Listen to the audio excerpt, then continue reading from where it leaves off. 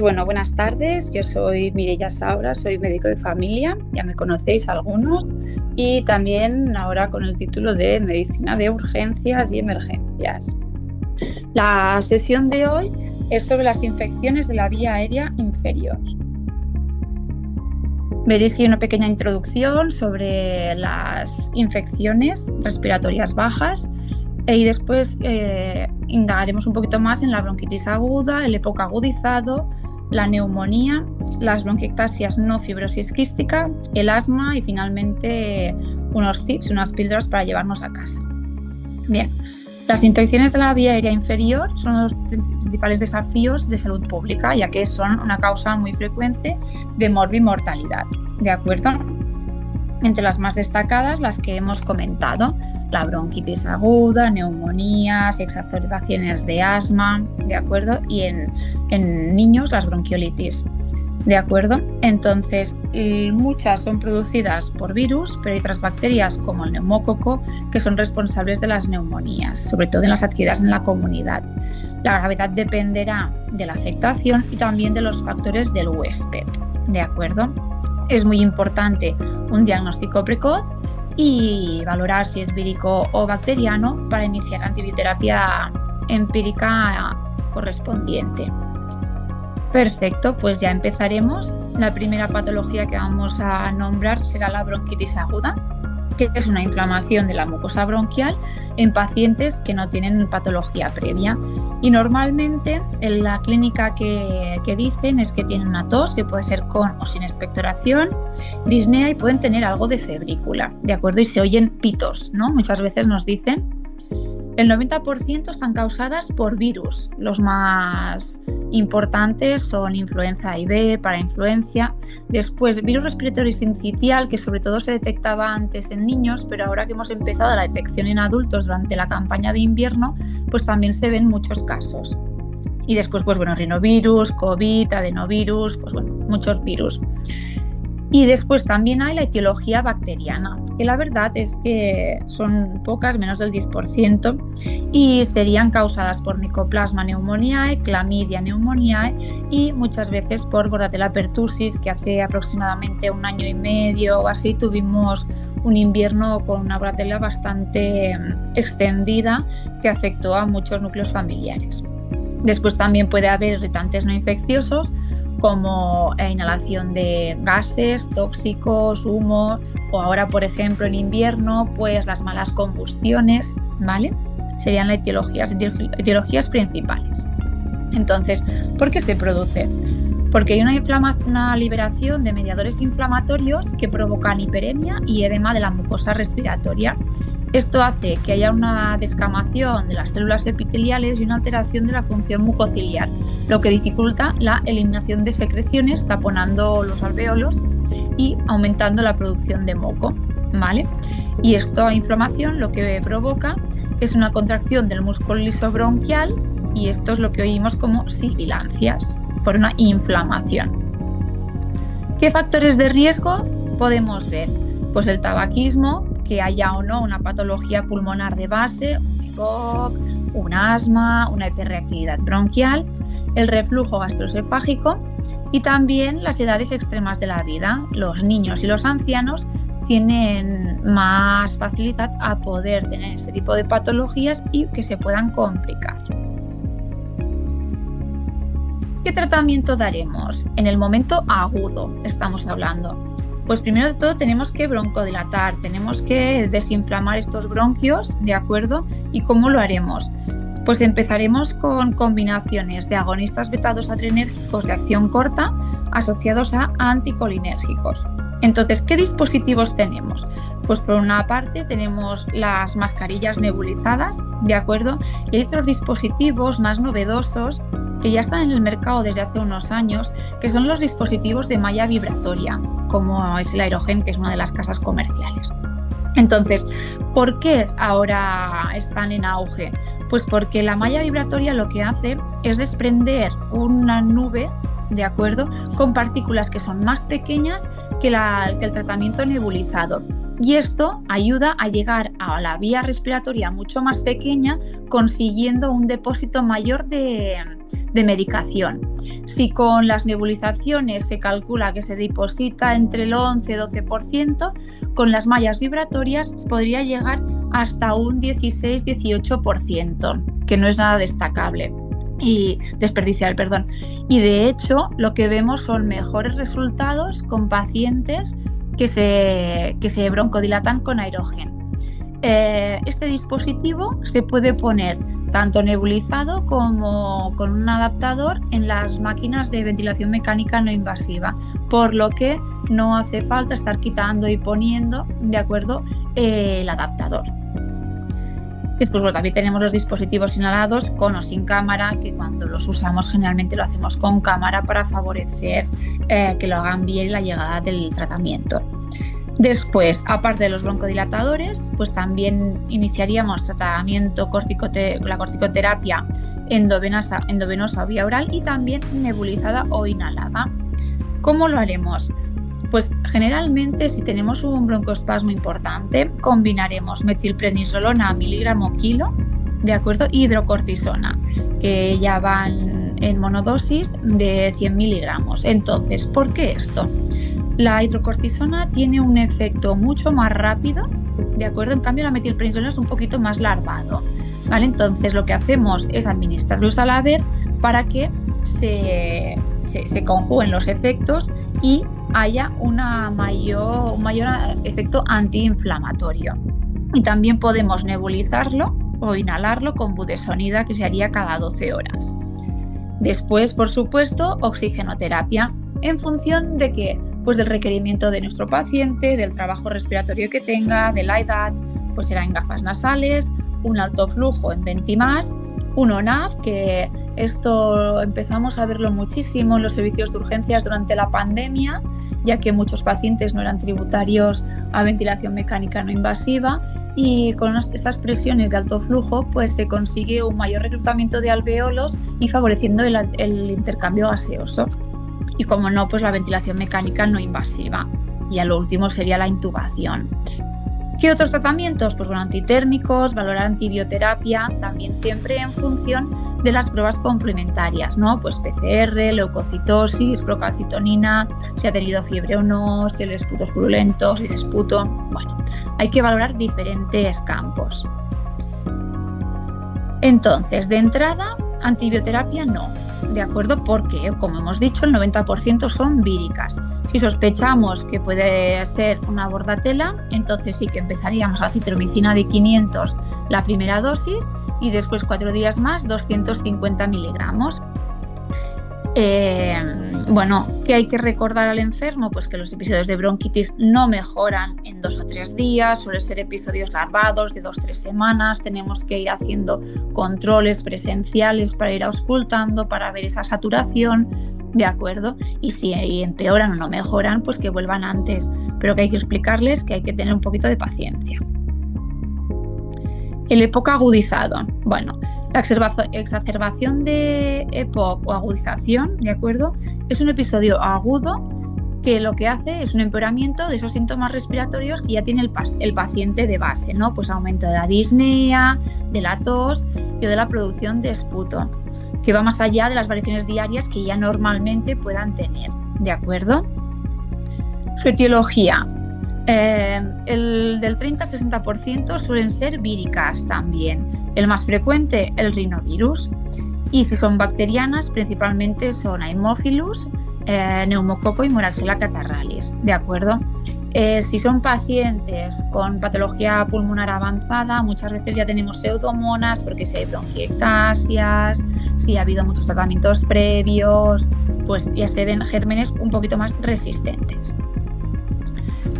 La etiopatogenia, ¿cuál sería? Pues un aumento de la inflamación de la vía aérea, ya sea por irritantes o por patógenos, que provoca una hiperinsuflación con atrapamiento alveolar, y lo que hace ese atrapamiento es dificultar el intercambio gaseoso, ¿vale? Entonces, ¿qué puede pasar? Pues que se agrava la hipoxemia y en algunos casos puede haber hipercamio, un aumento de la PCO2 e incluso clínicamente el paciente está más obnubilado, más adormilado. Son pacientes que necesitarán, si ya no tienen de base una hipercamia, que necesitarán una ventilación mecánica no invasiva para lavar ese CO2 que se ha acumulado, ese tóxico, ¿vale? ¿Qué tratamiento? Pues bueno, tenemos las guías GOLD, que es la guía internacional, y la GSEPOC, que es el estándar español. En los pilares básicos, el tratamiento del EPOC van en la misma línea, pero sí que es cierto que en la GSEPOC pone más énfasis en el fenotipo del paciente, ¿de acuerdo? Ahora, a finales de 25 salió la última GOLD, ¿de acuerdo?, que lo que destaca es el cambio en la regla de la exacerbación única, en que la novedad más crítica es la modificación de los criterios para los grupos A, B y E. Antes se necesitaban 2 o más exacerbaciones moderadas o una grave para entrar en el grupo E, y en cambio ahora con una sola exacerbación moderada al año ya pueden pasar al grupo E. ¿Esto qué pretende?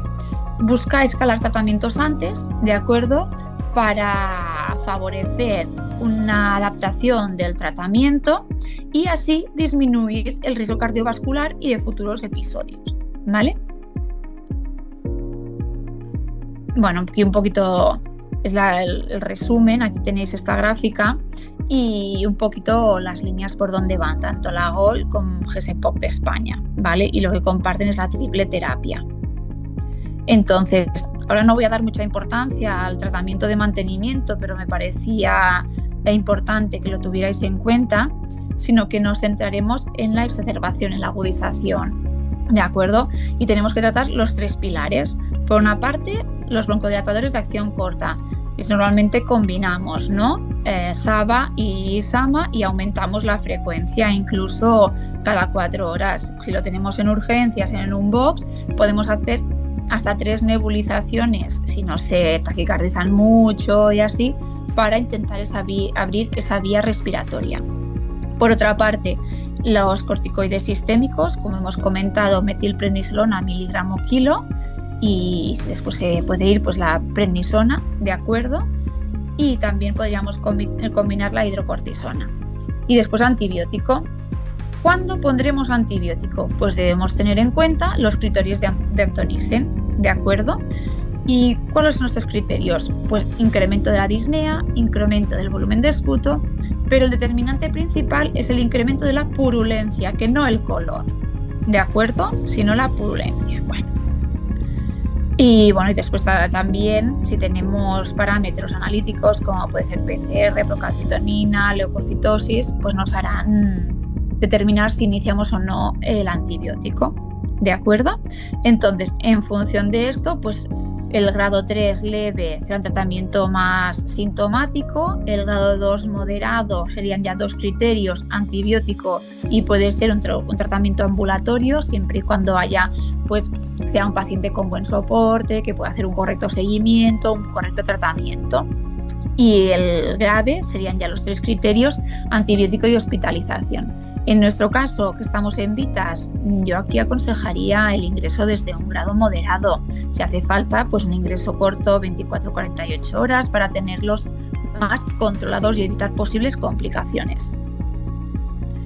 ¿De acuerdo? Entonces ya sabéis que aquí en Lleida nos guiamos por la guía PROA, ¿de acuerdo?, según las resistencias de nuestra región sanitaria.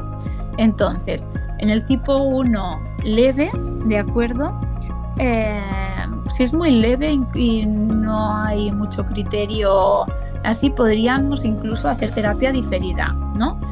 El paciente lo vemos en consulta, no está mal, pues mira, yo te doy la receta, espérate 2-3 días y si ves que no mejoras, inicias el antibiótico. Pero quizás en 2-3 días mejora con el tratamiento inhalador y corticoideo, pues entonces keep calm y vamos haciendo. En el caso que lo requiera, la primera opción sería amoxiclav, ¿de acuerdo? 875 cada 8 horas, 5 días.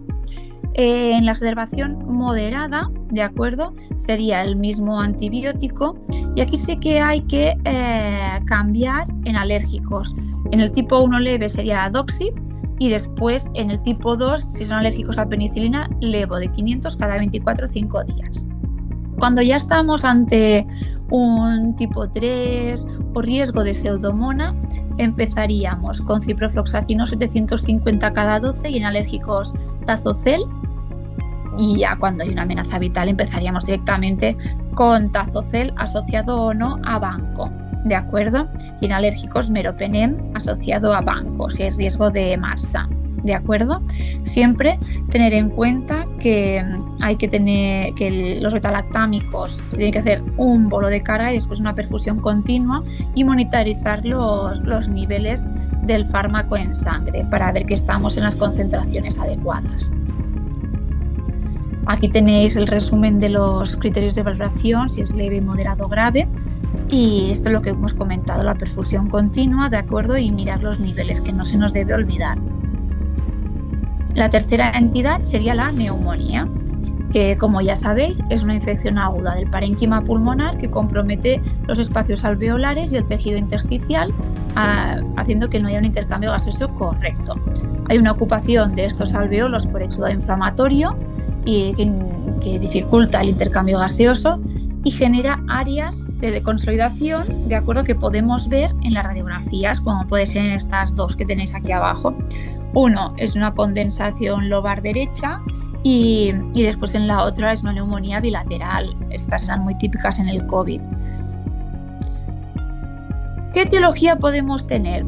Pues la más común, la más frecuente, una neumonía adquirida en la comunidad, que generalmente son producidas por bacterias típicas, como puede ser el neumococo, es el más común, ¿de acuerdo? Por eso hay que tener en cuenta que a partir de los 65 años se debe hacer un recordatorio vacunal.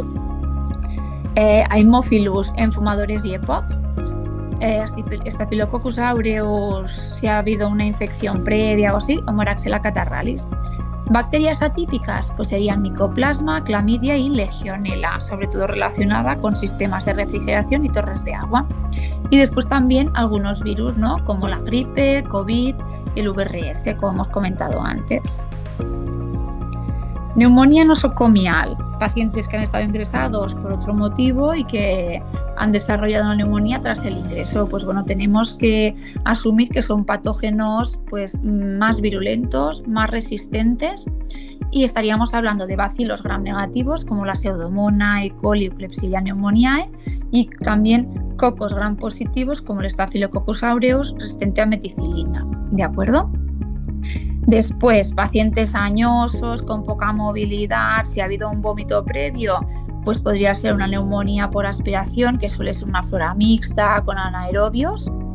Y después los pacientes inmunodeprimidos, que tenemos que pensar en neumocistis y citomegalovirus, sobre todo. Vale, la escala Q65, de acuerdo, será la que nos ayudará, ¿vale?, a decidir en qué punto estamos con nuestros pacientes con una neumonía, ¿de acuerdo? ¿Qué valoran? Pues si el paciente está confuso o no, el nivel de urea, la frecuencia respiratoria, la tensión arterial y la edad, ¿de acuerdo? En función de estos parámetros estaremos en un riesgo bajo, moderado, intermedio o bien alto. Eso nos ayudará a ver dónde tenemos que tratar a este paciente, si puede marchar a domicilio o si tiene que ingresar. Pacientes sin ingreso. Pacientes que vemos que están bien, que no necesitan oxigenoterapia, que tienen buen soporte y no tienen morbimortalidades, entonces estos empezaremos con amoxicilina de 1 gramo cada 8 por 5 días y haremos seguimiento. En alérgicos, doxiciclina, primera dosis 200 miligramos y posteriormente 100 cada 12. Pacientes con multimortalidad. ¿Qué quiere decir esto? Pues coexistencia de más de 2 enfermedades crónicas que afecten a diversos órganos. Pues el primer tratamiento de elección sería la amoxiclavulánico de 875 cada 8 horas 5 días. Y en alérgicos, levo 500 5 días.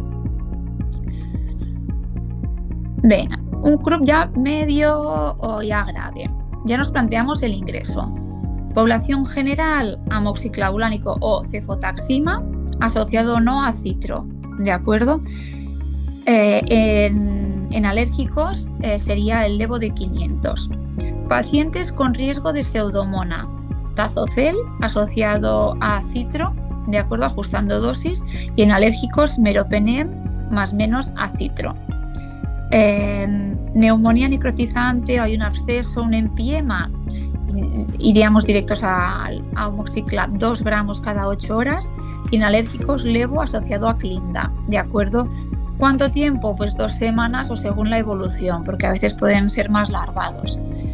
Y si es broncoaspiración, amoxiclap 1 o 2 gramos en función del peso o cefota.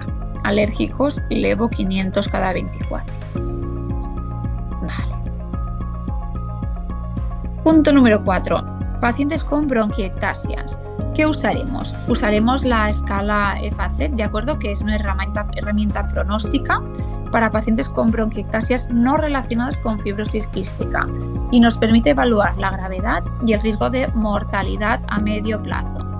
¿Qué valora? Son 6 variables, ¿de acuerdo? Si ha habido exacerbaciones, función pulmonar, por lo que tenemos que tener una espirometría más o menos reciente, la edad, si han estado colonizados o no por pseudomonas, la afectación radiológica y el grado de disnea. En función de los puntos, como veis aquí a la derecha de la pantalla, será leve, moderado y grave, ¿de acuerdo? Aquí lo veis así a nivel más gráfico. Entonces, en función de la gravedad, podremos asociar el antibiótico más adecuado.